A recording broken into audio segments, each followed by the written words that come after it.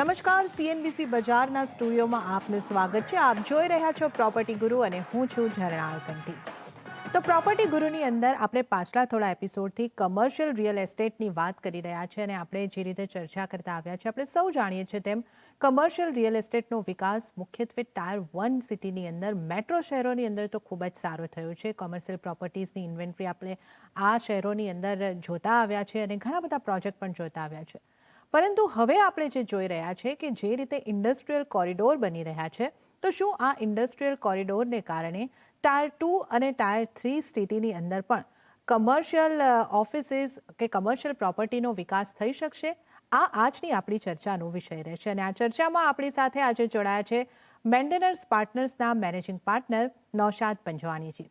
નૌશાદજી, સ્વાગત છે તમારું.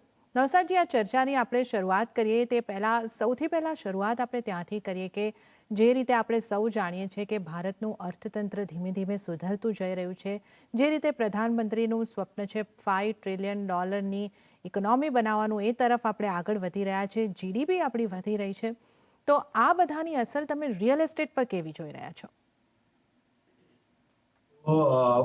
ઝરના, આ પ્રધાનમંત્રીનું જે સ્વપ્ન છે $5 ટ્રિલિયન, આ સપનાની પાછળ જે વિચારધારા છે, જે મહેનત છે અને જે પ્લાનિંગ કરી રાખી છે, આપણે એને જો ડાયસેક્ટ કરીએ તો આપણને આ $5 ટ્રિલિયન કોઈ બહુ મોટી રકમ નહીં દેખાય. એની પાછળ આપણે જોઈએ તો ઘણા બધા પ્રોવિઝન્સ અને ઘણા બધા એફર્ટ્સ નાખ્યા છે in terms of make in India છે, સ્ટાર્ટઅપ ઇન્ડિયા છે, આત્મનિર્ભર છે, આપણે એફોર્ડિંગ હાઉસિંગ ફોર ઓલ છે. તો આ બધા જે એક પ્રોવિઝન્સ છે એને ફ્રુક્ટિફાય કરવા માટે કે એને સફળ કરવા માટે આપણે કોઈ ઠોસ એમ્પ્લોયમેન્ટ અને મેન્યુફેક્ચરિંગ જ્યાં સુધી આપણે ઇન્ફ્રાસ્ટ્રક્ચર ઊભું ન કરીએ ત્યાં સુધી આ બધા પોસિબલ નથી. તો એના માટે સૌથી મોટું અને સૌથી ઇમ્પોર્ટન્ટ મારા હિસાબે જે ઇન્ફ્રાસ્ટ્રક્ચર પ્રોજેક્ટ ચાલી રહ્યું છે અત્યારે, એ છે દિલ્હી મુંબઈ ઇન્ડસ્ટ્રીયલ કોરિડોર. આવા 4 ઇન્ડસ્ટ્રીયલ કોરિડોર ગવર્મેન્ટે પ્લાન કર્યા છે, ઈસ્ટ, વેસ્ટ, સાઉથ, નોર્થ બધા કનેક્ટ કરવા માટે. પણ એઝ અ ફર્સ્ટ પ્રોજેક્ટ જે 2006માં લોન્ચ થયેલું પ્રોજેક્ટ છે અને જે અત્યારે ઝડપીથી તૈયાર થઈ રહ્યું છે, એ દિલ્હી મુંબઈ ઇન્ડસ્ટ્રીયલ કોરિડોર છે. અને આ કોરિડોરના બનવાથી દિલ્હી અને મુંબઈની વચ્ચે 6 થી 7 સ્ટેટ્સ કનેક્ટ થાય છે. આ રિજનમાં જ્યાં ઇન્ડસ્ટ્રીયલ કોરિડોર બને છે, આમાં 24 રીજન ધારણમાં આવ્યા છે કે જે આઈડેન્ટિફાઈ કરી અને એને પ્લાન્ડ વેમાં ડેવલપ કરવામાં આવે છે. આમાં 8 સ્માર્ટ સિટીઝ આની અંદર આવશે. 2 ઇન્ટરનેશનલ એરપોર્ટ તો છે જ છે, મુંબઈ અને અમદાવાદની આપણા રીજનમાં જોઈએ તો. પણ એની અલાવા ઘણા બધા નાના એરપોર્ટ્સ પણ ડેવલપ થઈ રહ્યા છે, ઘણા બધા પોર્ટ્સ ડેવલપ થઈ રહ્યા છે, ઘણા બધા વોટરવેઝ ડેવલપ થઈ રહ્યા છે, ઘણા બધા રોડ કનેક્ટિવિટી ડેવલપ થઈ રહ્યા છે. આ બધાના લીધે જે આપણે ઇકોનોમિક ડેવલપમેન્ટ જોશું, એક્ટિવિટીઝ જોશું, જેના કારણે એમ્પ્લોયમેન્ટ એમ માનવામાં આવે છે કે ડબલ થઈ જશે. ઇન્ડસ્ટ્રીયલ પ્રોડક્શન જે છે એ 3 થી 4 ગણું થઈ જશે, એક્સપોર્ટ 4 થી 5 ગણું વધી જશે. એટલે આ બધા કારણોના લીધે આપણે રિયલ એસ્ટેટમાં બહુ જ સારી ઇફેક્ટ ઓલરેડી દેખાય છે અને આવતા કાળોમાં ઇન્વેસ્ટમેન્ટ અને યુઝ પોઈન્ટ ઓફ વ્યૂથી ઘણા બધા એડવાન્ટેજીસ અને ઓપોર્ચ્યુનિટીઝ મને દેખાય છે. ઓકે, તો રિયલ એસ્ટેટની અંદર આપણે જે જોઈ રહ્યા છે કે જે અર્થતંત્રનો વિકાસ થઈ રહ્યો છે, ઇન્ફ્રાનો વિકાસ થઈ રહ્યો છે, એની ઘણી બધી અસરો આપણને આવતી જોવા મળી શકે છે ભવિષ્યની અંદર. નૌશાદજી, આપની પાસેથી એ સમજવું હતું કે જે રીતે આપ જણાવી રહ્યા છો કે વિવિધ પગલાં સરકાર દ્વારા લેવાયા છે અને આપ જે રીતે સમજાવી રહ્યા હતા કે અલગ અલગ રીજન નિર્ધારિત કરવામાં આવ્યા છે, સ્માર્ટ સિટી બની રહી છે, આ બધું પ્લાનિંગ જે થયું છે એના ઉપર કાર્ય અત્યારે કેટલું થયું છે અને આ આપણને કાર્ય સફળતા પર પહોંચવા માટે કેટલો સમય લાગી શકે છે? તો આજે દિલ્હી મુંબઈ ઇન્ડસ્ટ્રીયલ કોરિડોરની આપણે જે વાત કરીએ છીએ, એમાં જેમ મેં તમને કીધું કે 24 રીજન અને 8 સ્માર્ટ સિટી ને આ બધા જે તમને મેં આપ્યા નંબર્સ, આમાંથી એ લોકો ફેઝ વાઇઝ ઇમ્પ્લિમેન્ટ કરવાનું વિચારેલું છે. એમાંથી ફર્સ્ટ ફેઝમાં આપણે જોઈએ તો મુંબઈ મહારાષ્ટ્ર જે આપણા વ્યુઅર્સને લાર્જલી એફેક્ટ થાય છે, એમાં ગુજરાતમાં જોઈએ તો Ahmedabad Dholera special investment region જે છે, એ ઘણું બધું કામ એનું કમ્પ્લીટ થતું દેખાય છે અને આવતા 2 વર્ષમાં આ ફૂલ્લી ઓપરેશનલ રીજન હશે. આપણે મહારાષ્ટ્ર સાઈડ પર જોઈએ તો ઔરંગાબાદ ઇન્ડસ્ટ્રીયલ સિટી ઓરિક જેને કહીએ છીએ, એ એક બહુ એડવાન્સ સ્ટેજ ઓફ ડેવલપમેન્ટ છે, ઓલમોસ્ટ એન્ડિંગ સ્ટેજ પર છે. અને બીજું પ્રોજેક્ટ જે છે સાઉથમાં દિઘીપોર્ટ ઇન્ડસ્ટ્રીયલ એરિયા જે પ્રોજેક્ટ છે. આ 3 જે આપણને કનેક્ટેડ અને આપણને અફેક્ટેડ ઇન્ડસ્ટ્રીયલ ઝોન છે, એ મારા હિસાબે 70-80% કમ્પ્લીશન સ્ટેજ ઉપર છે અને આવતા 2 વર્ષમાં આપણે ફિનિશિંગ વર્ક ઘણું બધું જોવામાં આવશે. ઓકે, તો આપણા ગુજરાતની અંદર ધોલેરા અને જે રીતે આપણે વાત કરી અમદાવાદ મુંબઈ કોરિડોર પર છે, જ્યાં આ તમામ જે કાર્ય ચાલી રહ્યું છે, ત્યાં આપણને 2 વર્ષની અંદર આ કાર્યને પૂર્ણ થતું જોઈ શકીએ છીએ અને ઘણો બધો વિકાસ અહીંયા આગળ આપણી રાહ જોઈ રહ્યો છે અને ઘણી બધી ઓપોર્ચ્યુનિટીઝ અહીંયા આગળ આપણને બધી દેખાઈ શકે છે. નવસાદજી, આપની પાસેથી એ પણ સમજવું હતું કે આપ જે રીતે આપણે ધોલેરાની વાત કરી એ રીતે અન્ય કયા શહેરો છે કે જે સિટીઝ છે જેને આનો ખાસો એવો લાભ મળતો દેખાઈ શકે છે?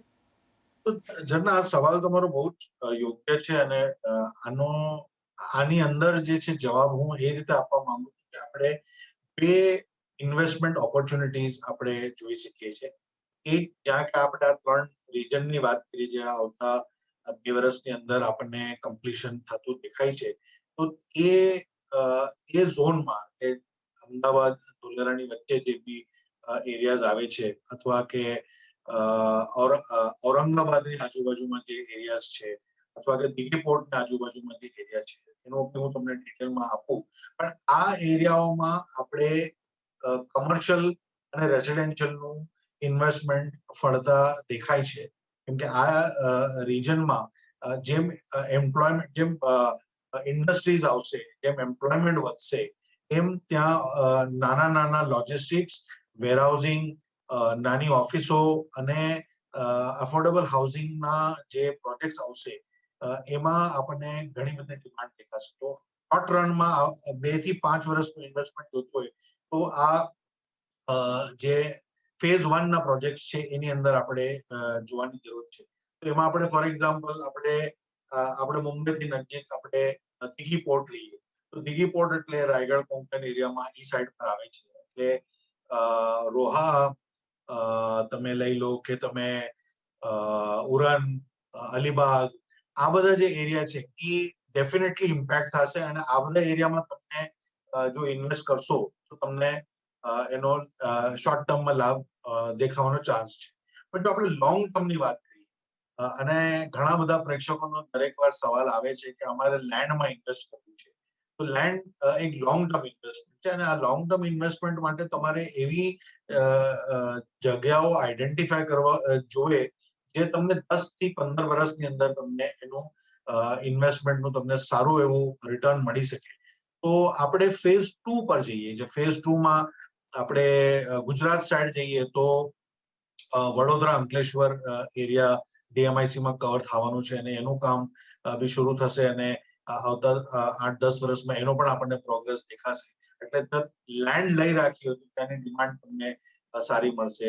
ભરૂચ, દહેજ છે એ એરિયામાં, સુરત થી નવસારી ઇન્ડસ્ટ્રીયલ એરિયા છે ત્યાં છે, વલસાડ ઉમરગાંવ છે. આ બધા જે રીજન્સ આઈડેન્ટિફાય છે ફેઝ 2 માં, ત્યાં લેન્ડનું રોકાણ કર્યું હતું તમને સારો એવો લાભ મળે.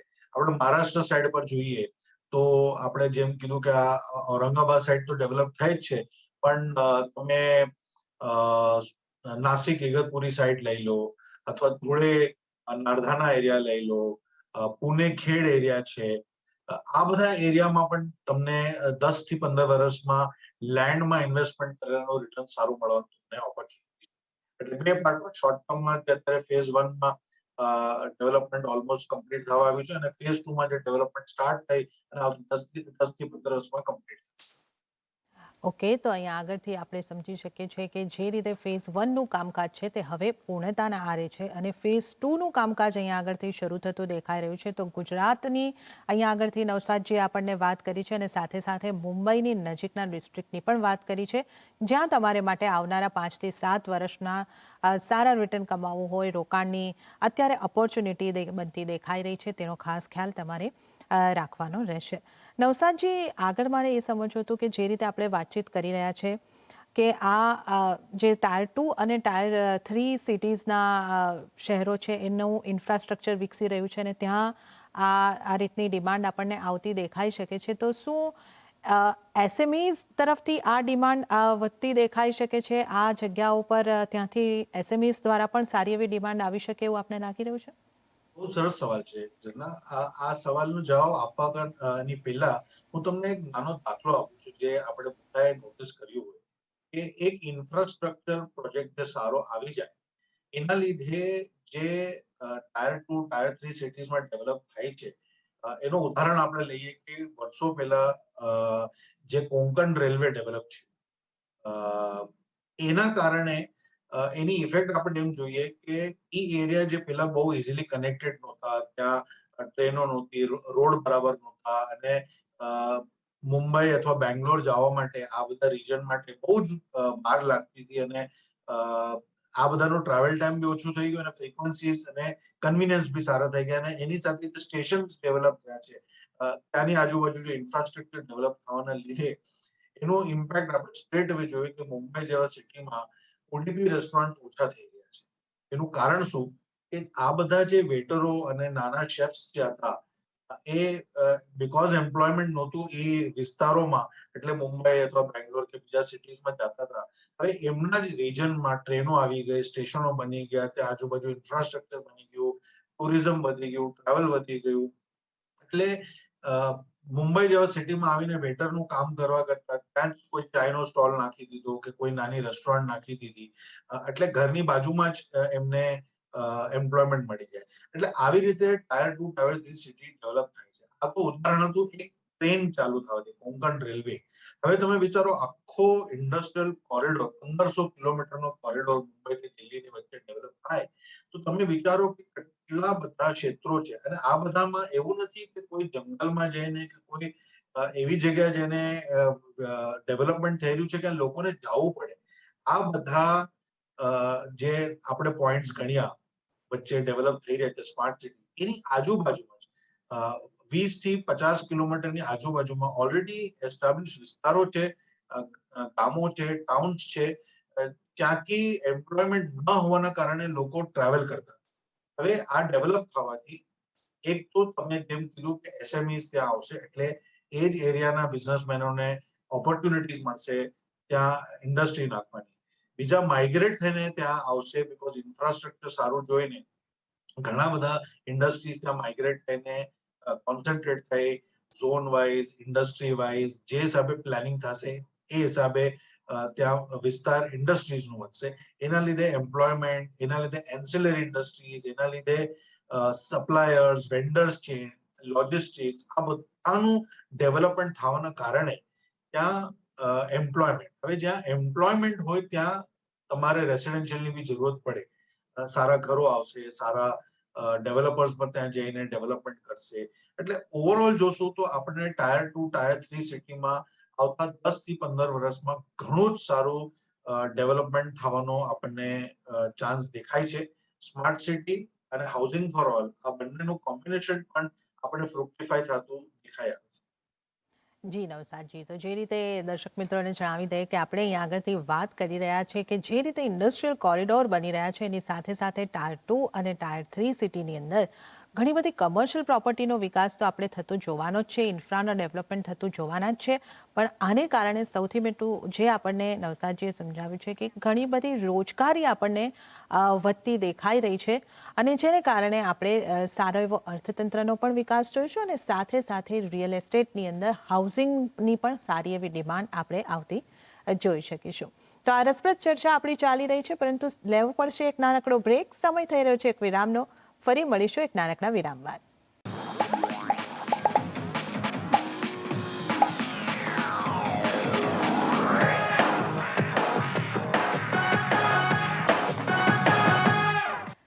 પ્રોપર્ટી ગુરુમાં બ્રેક બાદ આપનું ફરી એક વખત સ્વાગત કરું છું અને આજે આપણી સાથે નવશાદ પંજવાણીજી જોડાયેલા છે અને વિરામ બાદ હવે આપણે જે લેવાના છે દર્શકોના જે સવાલ, તમારા સવાલ અમને પ્રોપર્ટી રિલેટેડ જે પ્રશ્નો મળે છે એના જવાબ મેળવવાની આપણે પૂરેપૂરો પ્રયાસ કરીશું. તો વધુ સમય ન લેતા પહેલો સવાલ નવશાદજી હું આપને માટે વાંચી રહી છું. પહેલો સવાલ જે આવ્યો છે મુંબઈથી દિવ્યેશ જોધાણીનો આવ્યો છે. એમણે લખ્યું છે કે એમને મલાડની અંદર 2 BHK નો ફ્લેટ ખરીદવો છે. એમનું બજેટ 95 લાખથી 1 કરોડનું છે અને એમનો જે સવાલ છે એમણે પૂછ્યું છે કે આ બજેટમાં એમને મલાડની અંદર નવું ઘર મળી શકશે કે પછી એમણે સેકન્ડ સેલના ઓપ્શન જોવા પડશે? તો મારો વિચાર એમ છે કે તમને ડેફિનેટલી આ વિસ્તારમાં 1 કરોડનું બજેટ છે એટલે થોડું ટાઈટ બજેટ તો છે જ, પણ તમને ડેફિનેટલી મળી રહેશે. એવું નથી કે મલાડ એરિયામાં નહીં મળે. કદાચ તમને સ્ટેશનની નજીક અથવા એસવી રોડ કે લિંક રોડ કે હાઈવેની નજીકમાં તમને કદાચ આ બજેટમાં ન મળે, પણ તમે થોડુંક રિસર્ચ સારું કરો તો મારા હિસાબે તમને માલવાની સાઈડ પર વેસ્ટમાં અને ઈસ્ટમાં કુરાર સાઈડ પર જ્યાં છે જે 17-18 રૂપિયાનો રેટ ચાલે છે અને તમે જો રાઈટ સાઇઝના પ્રોપર એફોર્ડેબલ સાઇઝના ઘર લો, સમજો 500-600 સ્ક્વેર ફીટની આસપાસના, તો તમને 1 કરોડની આજુબાજુમાં તમને ડેફિનેટલી તમને મલાડમાં જ ઘર મળશે. પણ તમારે રિસર્ચ સારું કરવું પડશે અને નવા બિલ્ડિંગમાં બી મળશે. એવું કઈ તમારે રિસેલમાં લેવાની જરૂર ન પડે, પણ તમને અંડર કન્સ્ટ્રક્શનમાં બી મળશે, રેડી ન્યૂ બિલ્ડિંગમાં બી મળશે અને રિસેલમાં તો મળી જ રહેશે. તમારે ખાલી એટલું ધ્યાન રાખવાનું છે ક્યારે પણ તમે કોઈ બજેટ બનાવો એમાં સેજે 5-7% તમારે એક સ્ટેમ્પ ડ્યુટી, રજિસ્ટ્રેશન, બ્રોકરેજ આ બધા ચીજનું તમારે પ્રોવિઝન રાખવું પડે. અને ઉપરાંત પછી તમે નવું ઘર લો છો તો એમાં તમે થોડુંક ફર્નિશિંગ અને ઈજીબી કરો છો, એનો પણ તમારા ટેસ્ટ પ્રમાણે બજેટ રાખવું પડે. એટલે ઓવરઓલ બજેટ બનાવતી વખતે આ બધી ચીજોનું ખાસ ધ્યાનમાં રાખો તો તમને નિરાશા નહીં થાય. જી, તો આ તમારે માટે ખાસ સલાહ બની રહી છે દિવ્યેશભાઈ. અને જે રીતે તમને જણાવ્યું કે તમારું બજેટ થોડું ટાઈટ છે પણ મલાડની અંદર તમે થોડું રિસર્ચ કરશો, વધારે થોડું રિસર્ચ કરશો તો કદાચ તમને નવા ફ્લેટમાં પણ, નવા પ્રોજેક્ટમાં પણ ફ્લેટ મળી શકે છે, નહીં તો સેકન્ડ સેલમાં તો ચોક્કસ આ બજેટની અંદર તમને ફ્લેટ મળી શકે છે. અને જે નવસાદજીએ ખાસ તમને જણાવ્યું છે કે બજેટ બનાવ્યું છે તમે, એની અંદર 5-7% રજિસ્ટ્રેશન અને અન્ય ખર્ચનો થવાનો છે, એની પણ ખાસ ગણતરી રાખજો તો તમને સમસ્યા નહીં આવે. બીજા સવાલ તરફ આગળ વધીએ. કરણ દેસાઈનો આ સવાલ છે અને એઓ પૂછી રહ્યા છે સુરતથી. એમણે લખ્યું છે કે મુંબઈમાં રેસિડેન્શિયલ એરિયાની અંદર ઓફિસ બનવાની શરૂઆત થઈ છે. શું આવી ઓફિસમાં રેન્ટલ યીલ્ડ માટે રોકાણ કરી શકાય? કયા વિસ્તારમાં આવા રોકાણ માટે સારા હોઈ શકે છે અને મિનિમમ કેટલું રોકાણ કરવાની આ માટે જરૂર પડી શકે છે? જી નૌશાદજી. હવે આમાં તો એક પહેલા આપણે કરણભાઈને એક ક્લેરિફિકેશન આપી દઈએ કે એમનો જે સવાલ છે એનો આપણે અર્થ એવો કાઢીએ કે એમનો ઇન્ટેન્શન છે પ્યોર કમર્શિયલ, કે ઘરની અંદર કમર્શિયલ જે કરવાની વાત હોય તો આપણે એ ક્લેરિફાય કરી દઈએ કે આ કોઈ ઓપ્શન નથી, બીકોઝ આવું અલાઉડ નથી. રેસિડેન્શિયલ એરિયામાં અને સોસાયટીઝમાં પ્યોર કમર્શિયલ તમે ફ્લેટમાં કરી નથી શકતા. અમુક એક્સેપ્શન્સ છે, કોચિંગ ક્લાસીસ અને ચાર્ટર્ડ એકાઉન્ટન્ટ, લોયર્સ ને ડોક્ટર્સ ને એવા માટે અમુક થોડા કન્સેશન્સ છે, બટ બાય એન્ડ લાર્જ તમે રેસિડેન્શિયલ પ્રોજેક્ટ એટલે રેસિડેન્શિયલ ઘરની અંદર તમે કમર્શિયલ એક્ટિવિટી નથી કરી શકતા. આ એક આપણે ક્લેરિફિકેશન આપ્યા પછી આપણે આનો જવાબ એવી દઈએ. એમનો સવાલ એમ કે છે કે પ્યોર કમર્શિયલ એરિયામાં નહીં, જેમ કે બીકેસી હોય કે લોઅર પરેલ હોય કે આપણે મલાડ ને ગોરેગાંવ જ્યાં નવા મોટા કમર્શિયલ ડેવલપમેન્ટ આવે છે એ નહીં, પણ પ્રોપર રેસિડેન્શિયલ એરિયામાં જ્યાં કમર્શિયલ પ્રોપર્ટી. આ જો આપણે સવાલ બરાબર સમજ્યા હોય તો લગભગ બધા જ વિસ્તારોમાં નાના પ્રોજેક્ટ જે હોય છે એમાં મોડલ લગભગ એવું બનતું હોય છે કે નીચે રિટેલ દુકાનો બનતી હોય છે. અમુક કદાચ ઉપર 1-2 માળાનો કમર્શિયલ ઓફિસીસ બી બનાવે અને પછી ઉપર આખો રેસિડેન્શિયલ પ્રોજેક્ટ બનાવે તો એ ડેવલપરને એનો પ્રોજેક્ટ મિક્સ જે છે એના હિસાબે સારું પડે.